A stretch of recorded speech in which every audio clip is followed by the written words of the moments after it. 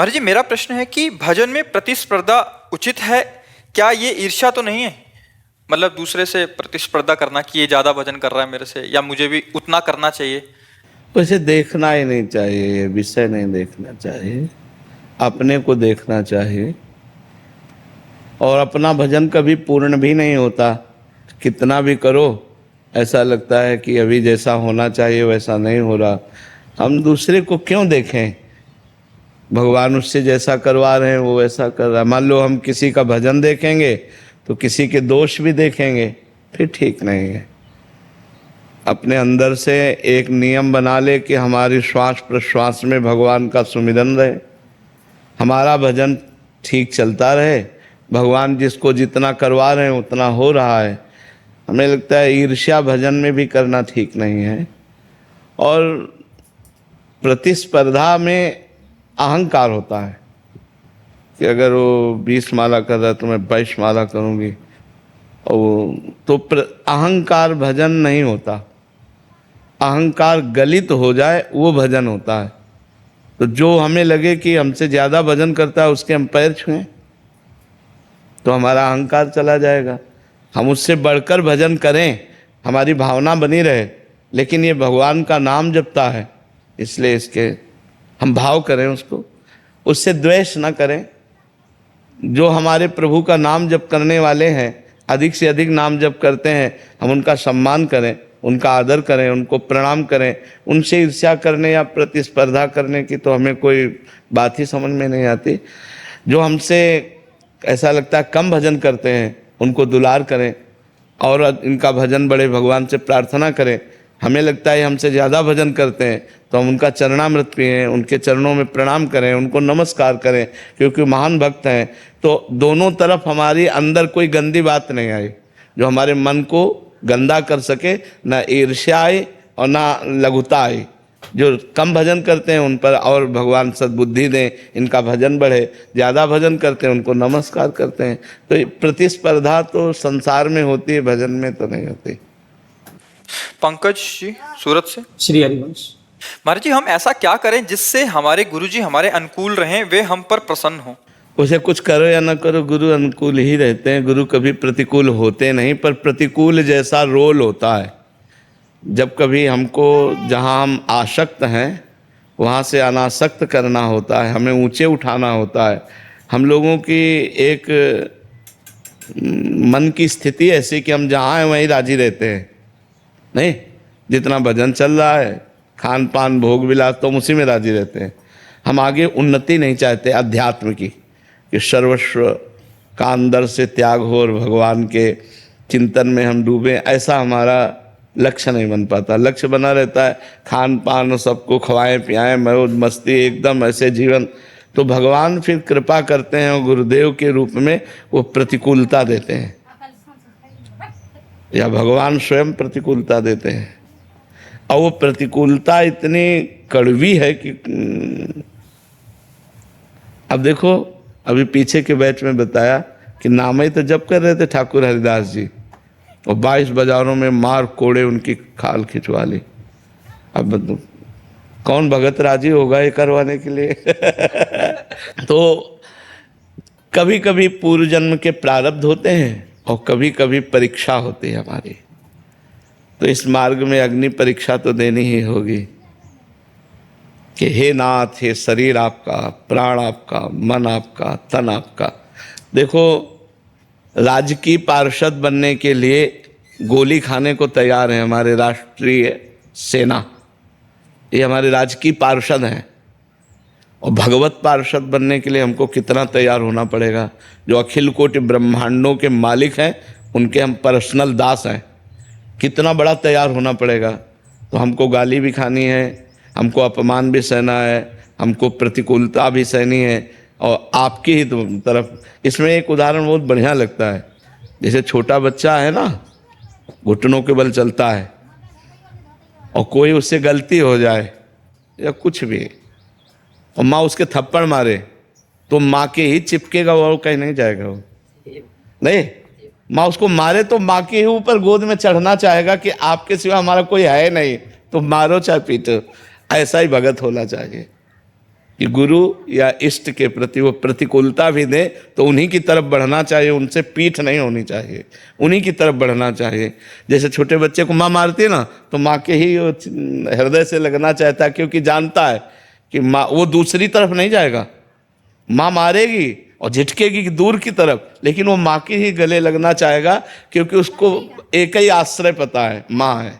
अगर कोई बाहर भयभीत कर रहा है तो भाग के ना आ पाएगा, तो यहीं से पुकारेगा माँ माँ माँ। बस ऐसे ही हमारी भक्ति होनी चाहिए कि अगर हमें भय लग रहा है तो राम राम राम, राधा राधा राधा, कृष्ण कृष्ण कृष्ण। और अगर हमको प्रभु ही भय दे रहे हैं तो हम प्रभु की तरफ ही भागे, दूसरा कोई उपाय नहीं बचने का, दूसरा कोई नहीं बचा सकता। भय उनसे मिला तो निर्भय भी वही करेंगे, उन्हीं की तरफ भागे, हे नाथ आप ही बचाओ, आप ही हमारी रक्षा करो। तो हमें लगता है इष्ट और गुरु की तरफ से प्रतिकूलता दिखाई देती है पर होती नहीं। गुरु और इष्ट एक ही है।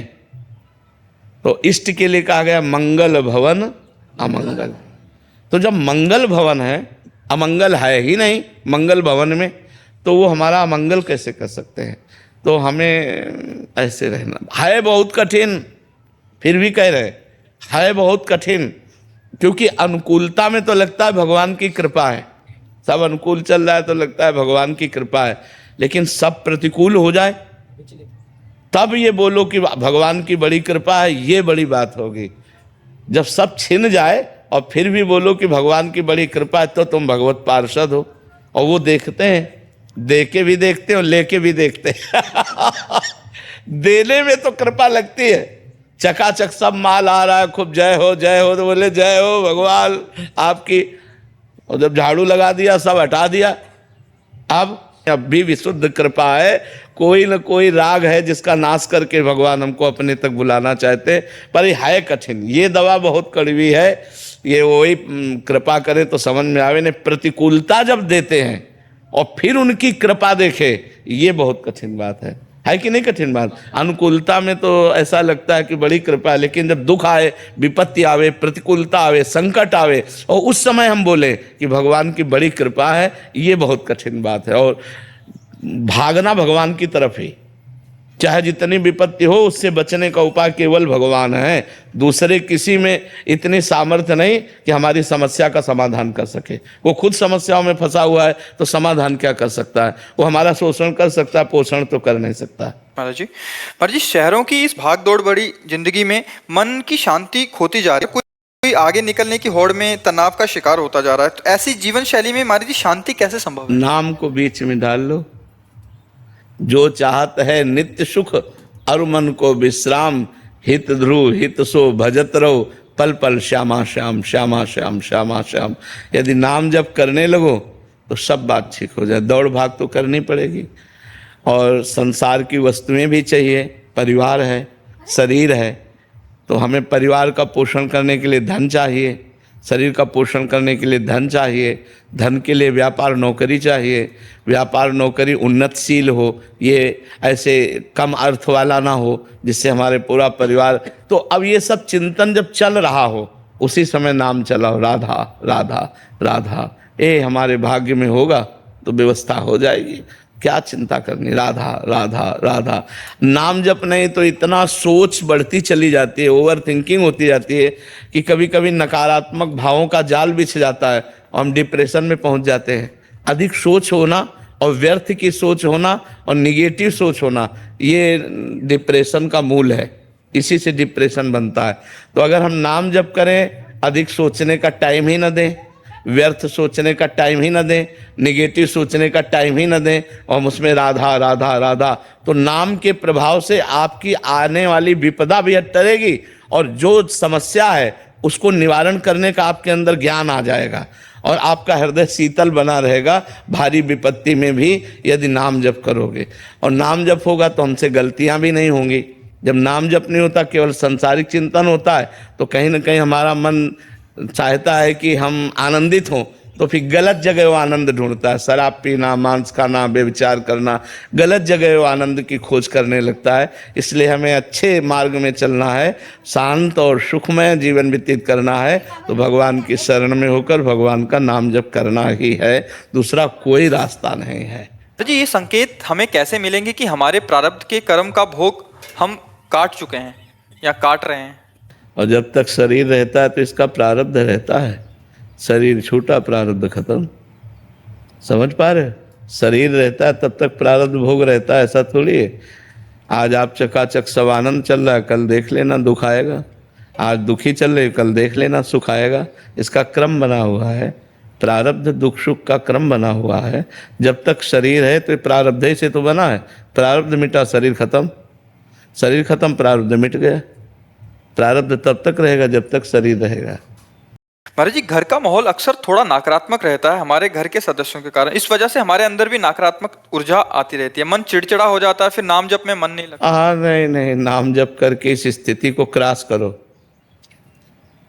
बड़ी कृपा है जो नकारात्मक आसपास वातावरण है, इसमें पास हो गए तो कहीं फेल नहीं होगे। अनुकूलता में भजन हो तो प्रतिकूलता में डर रहता है छूटने का, और जब प्रतिकूलता में भजन का अभ्यास हो जाता है तो अनुकूलता में तो अपने आप होगा। तो इसलिए डरो मत, हिम्मत बनाकर हर प्रतिकूल परिस्थिति में नाम जप करते रहो। नकारात्मक सोच अंदर की और नकारात्मक वातावरण बाहर का, दोनों को रौंदना होगा भजन के बल से। अंदर की सोच को हटाना पड़ेगा, राधा राधा राधा राधा राधा राधा राधा, वो जलाएगा पर राधा राधा। और बाहर जो वातावरण है सबसे नम्र विनम्र व्यवहार, वो आपके प्रति कटुता और आप प्रियता, नाम जब तो निकल जाओगे। अब वातावरण से पूछो तो किसका वातावरण अनुकूल, पूछो। सबके कुछ न कुछ प्रतिकूलता अब लगी ही रहती है। ये संसार है, 100 में 2-4 तो प्रतिकूल बने ही रहते हैं। तो ऐसे हमें लगता है, हम सोचे कि अनुकूल परिस्थिति और अनुकूल वातावरण हो मिल जाए तब भजन करेंगे, तो कभी नहीं मिलेगा। जैसी परिस्थिति है, जैसा वातावरण, इसी में भजन करके निकल जाओ तो निकल जाओ, नहीं तो परिस्थिति नहीं बदली जा सकती, अपने भाव बदले जा सकते हैं। अपनी स्थिति को बदलो, अपने भाव को बदलो, हर समय नाम जप करो। वातावरण परिस्थिति वो सब समय से अपने आप बदलेगी। आप सोचो कि हमें अनुकूल वातावरण आज मिले, तो अभी नहीं मिलेगा। पाप का कर्म भी तो भोगना है। जो हमने पूर्व में पाप कर्म किए वैसा भोगना है। वैसे हमें मित्र मिलेंगे, वैसे हमें परिवार मिलेगा, वैसे ही हमें संयोग मिलेगा। जैसा हमारा कर्म है तो हम उसके अनुसार अब ना चलें। जो पूर्व का कर्म जैसा हमें संग दिया अब उसके अनुसार ना चलें, अब हम नए कर्म की रचना करें। भगवान के चरित्र पढ़ें, नाम जप करें, भगवान की आराधना करें, तो हमारे प्रारब्ध को भोगने की सामर्थ्य आ जाएगी और आगे का भाग्य निर्मल हो जाएगा हमारा। महाराज जी जीवन में अनुभव ऐसे रहे हैं कि मुझे लोगों पर आसानी से भरोसा नहीं होता। वैसे भरोसा लोगों पर ना करके भगवान पे ही करें, क्योंकि तुम्हारे जीवन के अनुभव रहे हैं कि आसानी से भरोसा नहीं होता। हम भरोसे के बिना चले नहीं हैं, हमारा भरोसा ही सब कुछ रहा है, लेकिन धोखा ही धोखा है। पर इसलिए मैं 2-3 योजनाएं बना के ही कार्य करता हूँ कि एक में फेल तो फिर दूसरे में, ऐसा है कह रहे हैं। हाँ, नहीं, फिर भी कितना ही हो, भरोसा सिर्फ भगवान पे रखे। व्यक्ति का परोपकार कर दे, उस पर भरोसा न करे। व्यक्ति का भरोसा करने पर हम फंस सकते हैं। भरोसा भगवान का और व्यक्ति का परोपकार। हम तुम्हारा हित करेंगे, तुम्हें सुख देंगे, तुम्हारा मंगल विधान करेंगे, पर हमें पलट कर तुमसे कुछ नहीं चाहिए, वो भगवान देंगे, तो सुखी रहोगे। अगर पलट कर चाहोगे तो दुखी हो जाओगे, क्योंकि यहाँ पलट कर तुम्हें दुख ही मिलेगा, कपट मिलेगा, छल मिलेगा। आप करोगे अच्छा और वो करेगा बुरा, तो आपको रोना पड़ेगा, आपको दुखी होना पड़ेगा। यहाँ तो ऐसे विश्वासी लोगों को बहुत जल्दी फंसा लिया जाता है और फिर बहुत टॉर्चर किया जाता है। आंतरिक छल कपट इस संसार का स्वरूप है। आप सीधे साधे सरल विश्वास कर लोगे, फंस जाओगे, आपको बेवकूफ़ माना जाएगा। आप हित कर रहे हो, वो आपको बेवकूफ़ मान रहा है। आप हित कर रहे हो, खूब जानबूझ के हित कर रहे हो। तो परहित करो और विश्वास भगवान पे रखो, तो यहाँ चैन से रह सकते हो। नहीं, यहाँ बहुत विचित्र संसार है, बहुत विचित्र संसार है। यहाँ छल कपट का राज्य, विश्वास का नहीं। यहाँ कोई ऐसा नहीं कि हाथ मिलाकर दिल से दिल मिलाकर हमारे साथ चल सके। हाथ मिलाएगा तो जेब देखेगा, दिल नहीं। और जब जेब कल तुम्हारी काम नहीं करेगी ना, वो तुमसे देखेगा भी नहीं, बात भी नहीं करेगा। आज का संसार ऐसा है। तो अक्सर ये दिमाग में आ जाता है कि पूरा जीवन तो गुजर गया है, अब कैसे श्री जी प्राप्ति हो। नहीं, एक नाम में भी आपका काम बन जाएगा। ये दिमाग में क्यों नहीं डालते हो कि जैसे हम बोला राधा मर गए तो राधा की प्राप्ति हो जाएगी। हमको अंतिम फाइनल पे पहुंचना है कि अब अंतिम समय, चूंकि अपने को पता नहीं है, मालूम नहीं है कि हम कब मरेंगे, तो हम हर समय राधा राधा कह रहे हैं। जब मरेंगे तब राधा राधा कह के मरेंगे तो हमें भगवत प्राप्ति हो जाएगी। जैसे अजामिल ने अपने पुत्र के बहाने नारायण नाम बुलाया तो अंतिम समय नारायण निकलने के कारण भगवत प्राप्ति उसे हुई। तो अगर हम अभी राधा बोलते हमारे प्राण निकल जाते तो भगवत प्राप्ति हो जाएगी। हमें चिंता नहीं करनी, हमें चिंतन करना है। ठीक है, जितना बचा हुआ जीवन है उसमें खूब नाम जप करो, इसी से भगवत प्राप्ति हो जाएगी। सुना है कि भगवत प्राप्ति प्रयास से नहीं समर्पण से होती है। यदि हम निरंतर नाम जप करें, धर्म का पालन करें, किसी का बुरा ना करें, केवल श्री जी व गुरु के आश्रित रहें, तो क्या यही पूर्ण समर्पण भगवत प्राप्ति के लिए पर्याप्त है? हो जाएगा, इसी से हो जाएगा। पर ये कह देना बहुत सरल है, निर्वाह करना बहुत कठिन है। जब मन अपने पे ठान लेता है कि ये करना है तो लाख समझाओ नहीं समझता, बुरा कर ही देता है। बड़े बड़े अच्छे लोगों से गलतियां हो जाती हैं। तो ये मन को रोक पाना, जैसे तूफान आ रहा है तो अब उसको ऐसे रोक पाना बड़ा कठिन है। ऐसे मन ठान ले कि हमको ये करना है और फिर उसे रोक ले, ये केवल भगवान ही की सामर्थ्य से है, नहीं तो बहुत कठिन है। आप लोग सबके पास मन है, देख लो ना। अगर ठान लेता है आज मुझे ये देखना है, आज मुझे भोगना है, आज मुझे करना है, तो 1000 बार आपके सामने पेश करेगा, ये देखना है, ये देखना है, ये देखना है। अगर आप मना करो नहीं नहीं तो जलाएगा, अशांति पैदा कर देगा। अब लगता है यार खा ही लो, देख ही लो जब मन कह रहा है, और जहाँ वो गलत की तरफ ले गया तो फिर एक गलती छुपाने के लिए दूसरी गलती, वो गलत होने लगता है। तो ये कह देना कि हम धर्म से चलें, निरंतर नाम जप करें, ये तो कहने में बहुत अच्छा लगता है, लेकिन चलने में बहुत कठिन है। चलने में बहुत कठिन, बड़े बड़े धर्मात्मा पुरुषों से भी चूक हो जाती है। इसलिए भगवान का भरोसा रखें और सावधानी रखें, कभी अहंकार न करें कि मैं अच्छे से चल रहा हूँ। अगर अहंकार करेगा मैं अच्छे से चल रहा हूँ तो गिर जाएगा। अहंकार न करे, दैन्य भाव से, और भगवत प्राप्ति इसी से हो जाएगी। डॉक्टर जी, जीवन के प्रारब्ध को बदला जा सकता है क्या? नहीं। तथा मानव जीवन का वास्तविक अर्थ एवं उद्देश्य? मानव जीवन का वास्तविक अर्थ है भगवत प्राप्ति, परोपकार, नाम जप।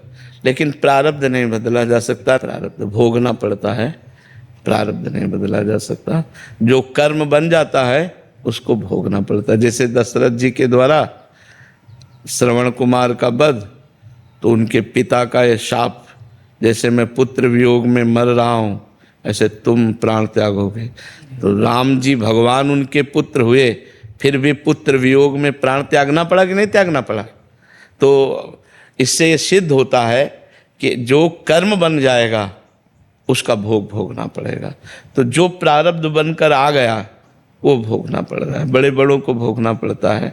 इसीलिए नाम जप करो, कोई नशा न करो, कोई गंदे आचरण न करो कि अब हमारा कोई नया कर्म ना बने, पुराने को भोग लेते हैं और भगवान के पास चलते हैं। हाँ।